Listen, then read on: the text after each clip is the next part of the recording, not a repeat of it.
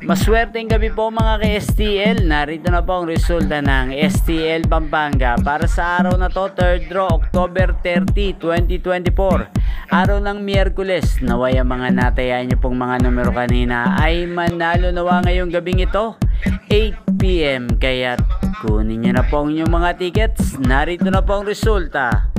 Para po sa STL Pampanga, 3rd draw result, 8 PM ang mga numerong nanalo. 27 at 10 in exact order sa lahat po ng tumaya kanina para sa 3rd draw ng 27 at 10. Congrats po sa inyo. Panalo po kayo.